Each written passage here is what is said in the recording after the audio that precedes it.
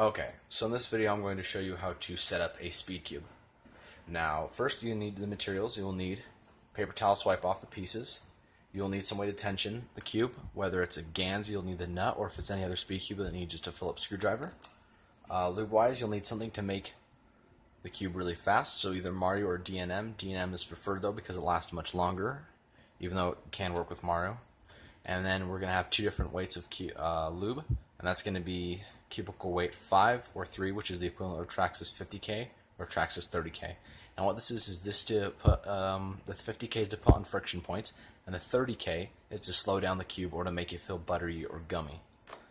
Okay, so onto the cube. What you're going to do is, of course, you're going to disassemble the cube. So rotate it at 45, put your fingers in there, pull the piece out by twisting it and pulling, then you'll have a piece out, and then from there you can start taking out more and more pieces. Now what you're going to want to do is you want to get paper towels. I usually just rip a paper towel in half, and then you're going to want to start wiping off all the lubricant on the pieces. You're going to want to do it on the stock of the corner. You're going to want to put it everywhere. In the tracks of the edges, just try and get as much of the lubricant off as you can. And I'm going to get right back after I do all that.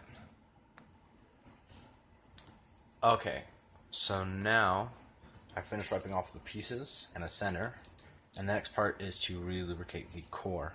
So all you need to do is you'll need to disassemble the entire cube. So just start unscrewing, oh, that's the wrong screw. You'll need to start unscrewing every part of the cube.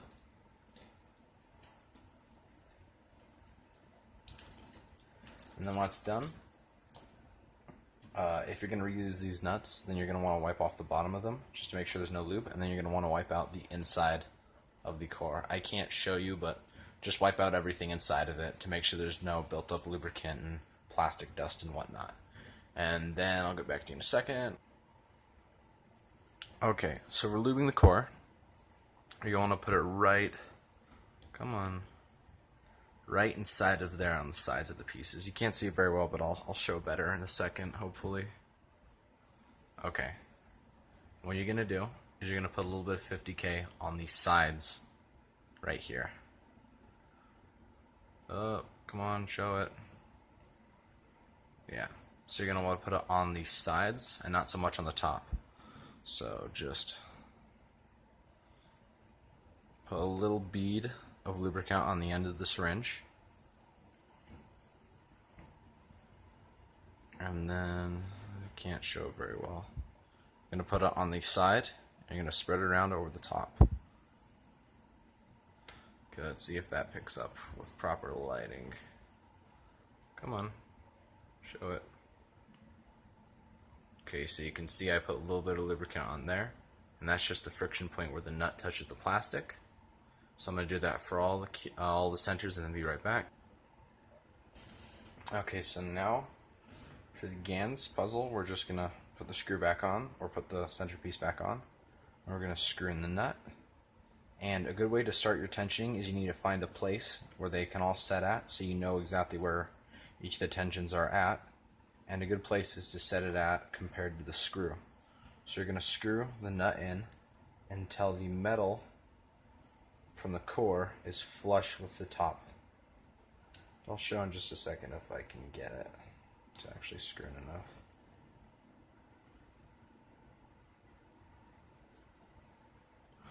Okay. Let's see if it will focus. I don't know if I can focus in that much. Well, that's a shame. Oh, there you go. Okay, so you can see the metal from the screw is flush with the top of the nut. And you're going to do that to every single center. Okay, don't mind the change in the color nut, but I just wanted to change these out because the yellow nuts are the best on the GANS in my opinion, and a lot of people have that opinion as well. So next step is to start to reassemble the cube. So just place an edge in between two centers, and directly next to, place an edge in between two centers, and then you're going to want to fill in the corner and the edge. And then rotate it and fill in another edge, corner, and an edge. I do it this way because the GANS core, with how the core works, it doesn't really like to have a fully assembled cross with no other pieces supporting it. So you kind of have to fill in the pieces as you go, or else it's just going to completely fall apart.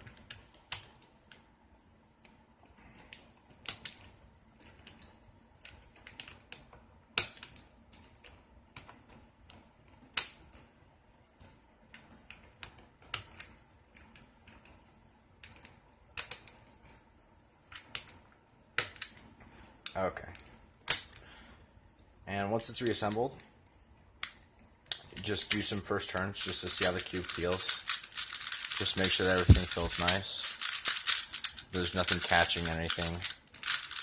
Okay, and then you're going to start lubricating it. So with GANs, this is the GANs Air U. This is applicable for the GANs Air or the GANs Air UM as well. The GANs, they're naturally very fast. So actually, I'm going to hurry into a solve because when I adjust tensions, I'll need to know where pieces are or what center I'm doing.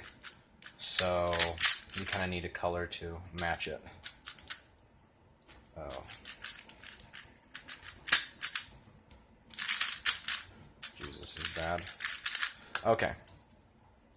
So with the GANs, they usually come very fast. So what we're going to do is we're going to take out an edge. If I can just take an edge out. Oh, and also with tensioning for the GANs, that's usually a pretty good tensioning. Depending on your feel, if you like it to, be a little bit more stable, a little bit slower, tighten the screws up by maybe 180 degrees on each side. But if you want the stock GANs, then just tighten it to where the screws just flush with the nut and it'll be perfect. So now we're going to use 50K. And I pretty much do this to every 3x3. I put 50K right there where the center contacts the edge, because this is where the most pressure is being on the cube, so you're going to need the highest weight lubricant right there. So we're going to squeeze out a little bit and then place it on top. And now if you only have 30K, if you only have 50K, then it's okay to put a little bit of 50K on the sides. But I want this to be really buttery, and 30K actually works slightly better for that. So I'm going to pull out a little bit of 30K and just put it right there. Just a wee bit right there. Really low on the edge. And why you want to put this low on the edge is because if you put it high, then it'll touch your fingers and your hands will become greasy and the solve would be terrible. So you're going to put it really low. So I put a dot there and there. Now we're going to put it back in the cube and break it in with a few moves.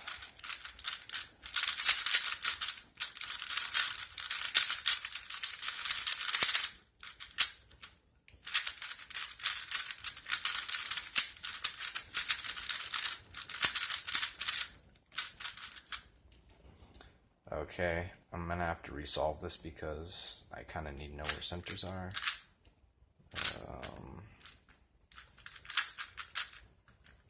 What am I doing?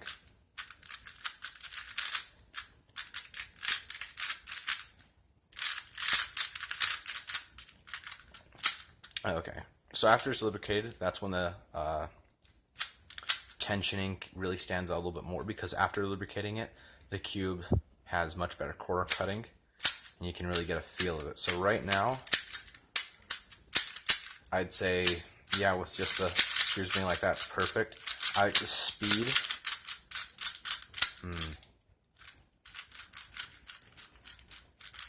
It still feels a bit dry, so what I'm actually going to do is put just a little bit more, 50K. This is one of the things is that you got to experiment a little bit. Since 50K is going to slow down more and 30K is going to make it feel faster and a little bit more slick, I'm going to go with 50K. And I'm just going to put a little bit of 50K right where I put the 30K. On the side and front. And that's it. And since I said I was satisfied with my tensions, I'm actually going to put caps on here. I hate the GANs caps.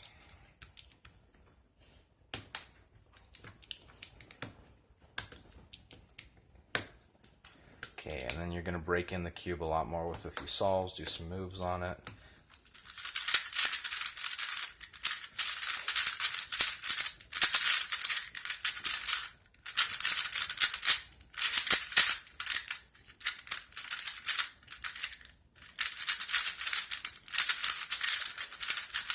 Okay.